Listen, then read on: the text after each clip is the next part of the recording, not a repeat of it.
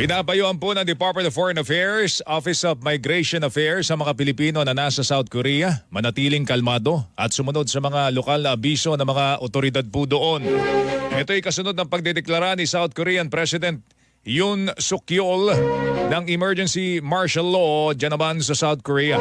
Sa kanyang late night address, sinabi ho ni President Yoon na kinakailangan naman ninyang magdeklara ng martial law para protektahan ang South Korea laban naman sa banta ng Communist Forces ng North Korea. Inakusahan din ni Yoon ang oposisyon na hino-hostage ang parliament para ilagay sa krisis ang bansa. Sinabi naman ng opposition leader na susubukang ipawalang bisa po ng parliament ang idineklarang martial law ni President Yoon.